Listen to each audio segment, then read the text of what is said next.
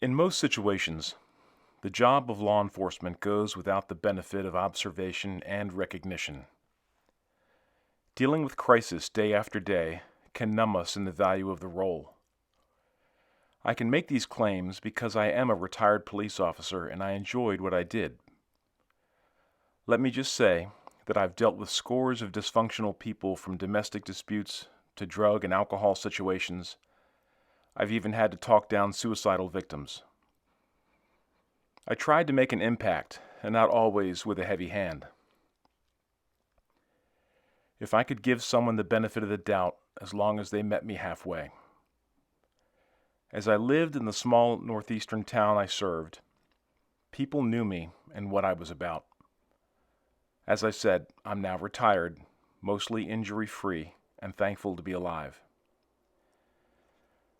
As I mentioned, most patrols were run-of-the-mill, but as a police officer, to encounter a strange situation like I'm about to share, well, to be honest, I never thought my dad, who was in law enforcement, would be willing to share a story like this. As a third-generation law enforcement officer, stories are sometimes shared, and some can be unusual, but maybe not quite to this extreme. My father, Carlo, shared this personal encounter with me just after I retired from my 30-year career. He told it to me with a straight face, and when he was done, asked me, "What in the hell do you think it was?"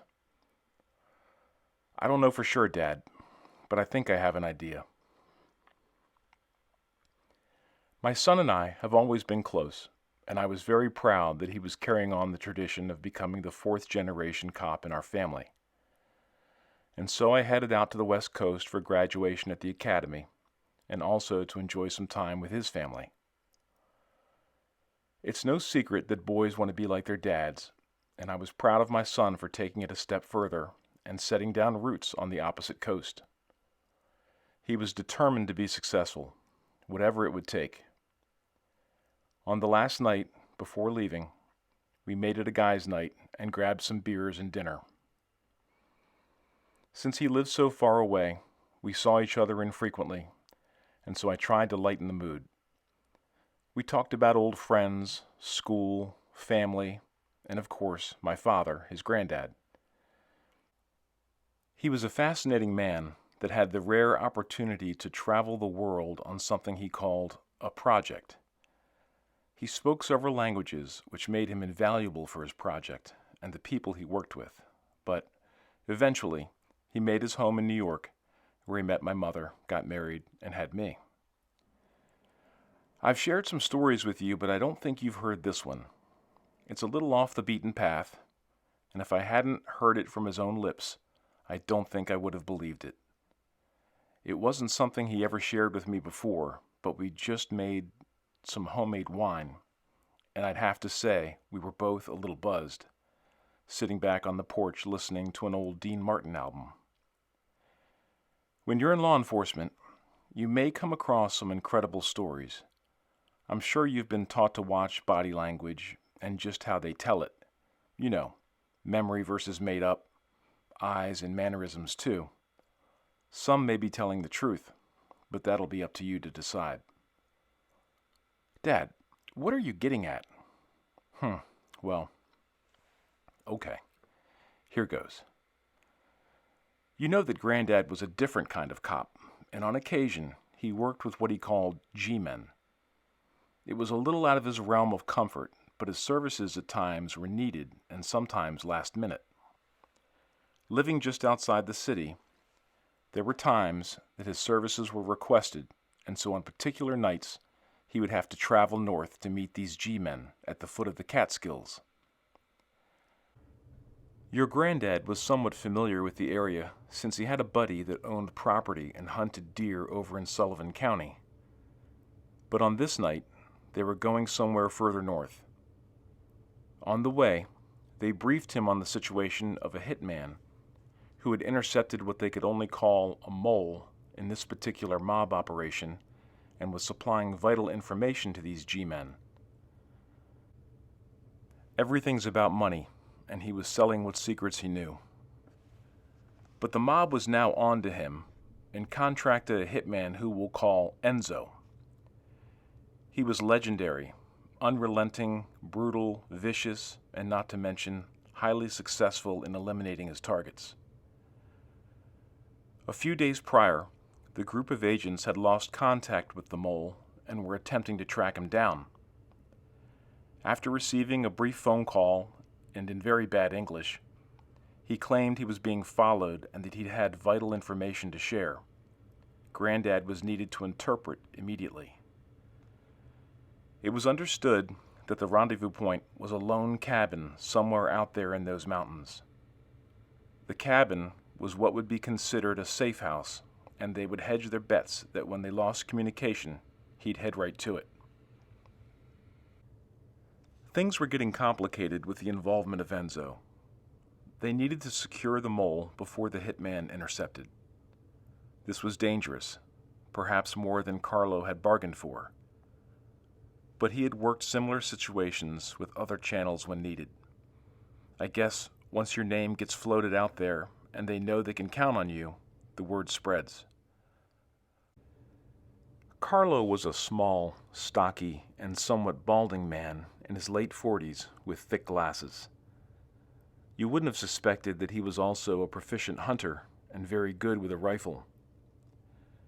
About a mile short of the cabin, they had to pull off and ditch the car.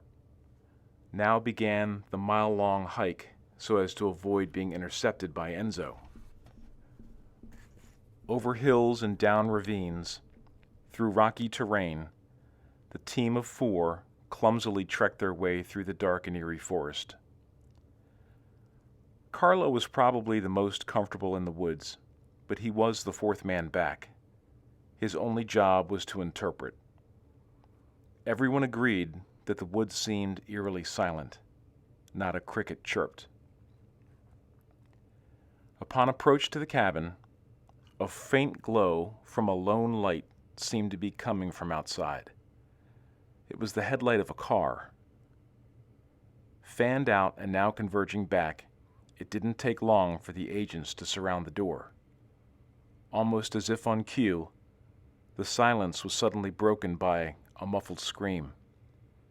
The point man, Flynn, whispered loudly, "It's got to be Enzo. He's got him." The cabin was small, with few windows and only one entrance.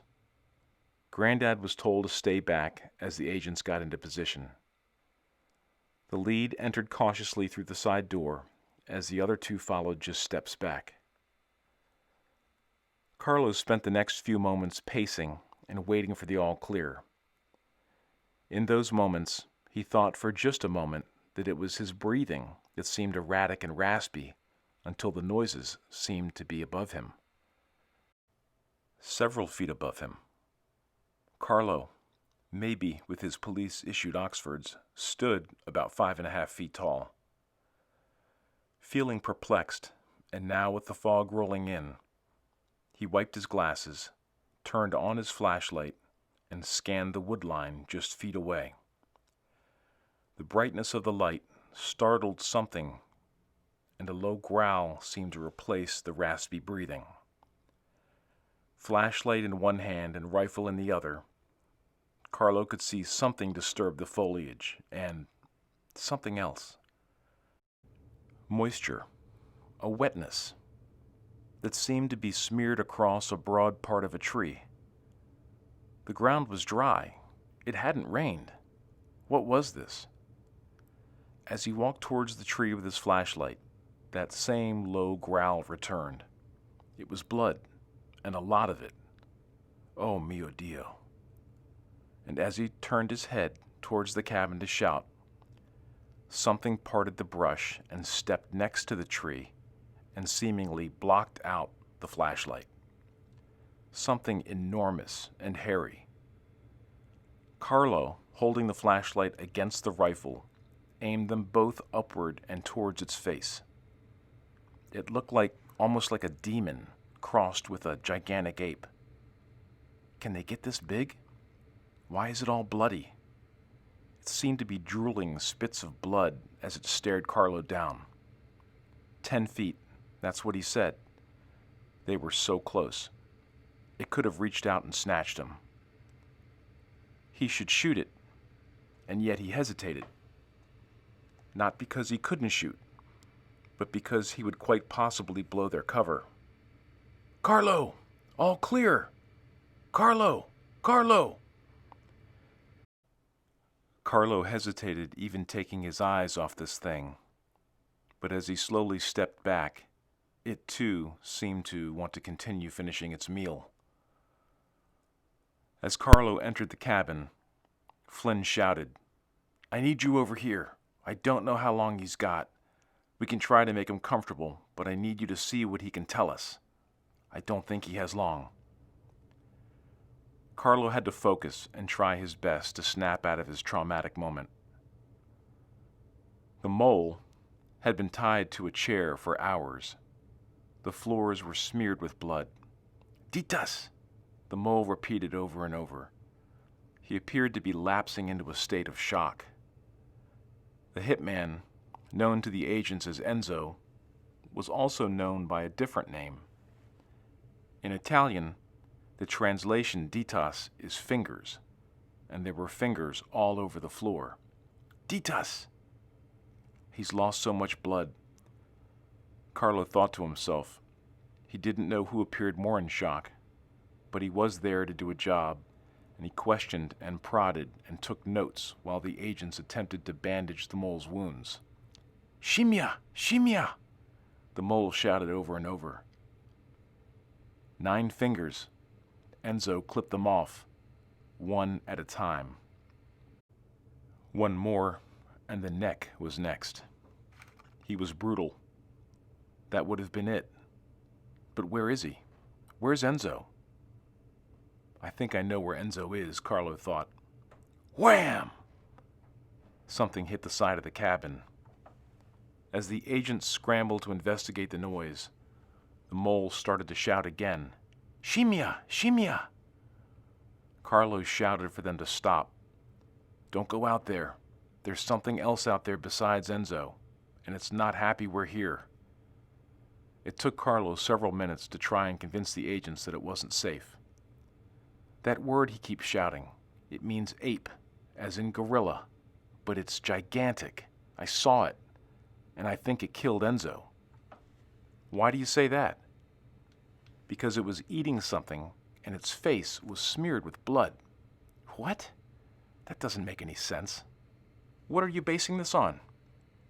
Carlo stood up and reached into his pocket and pulled something out. It was a solid gold ring. He stared at the agent. "So, look at the inscription. It says Ditas." Nobody left the cabin that late night, and the mole succumbed to his injuries. When we did a quick sweep of the woods the next morning, the only thing we found was a very noticeable drag mark, and it started at the blood-smeared tree. Needless to say, that cabin wasn't used anymore, and that thing, it gave me nightmares for days. I always wondered if I'd seen a demon or something like that. No, Dad, not quite. I'm pretty sure you saw something that a lot of people have claimed to see. It's called a Bigfoot, and people who claim to see them usually live on the West Coast in Northern California. So there we were at dinner, telling my son this fantastic story and expecting him to just say, "Wow." But instead, he says, "A couple of the guys at the academy said they've seen him too. Apparently it's a pretty open subject around here."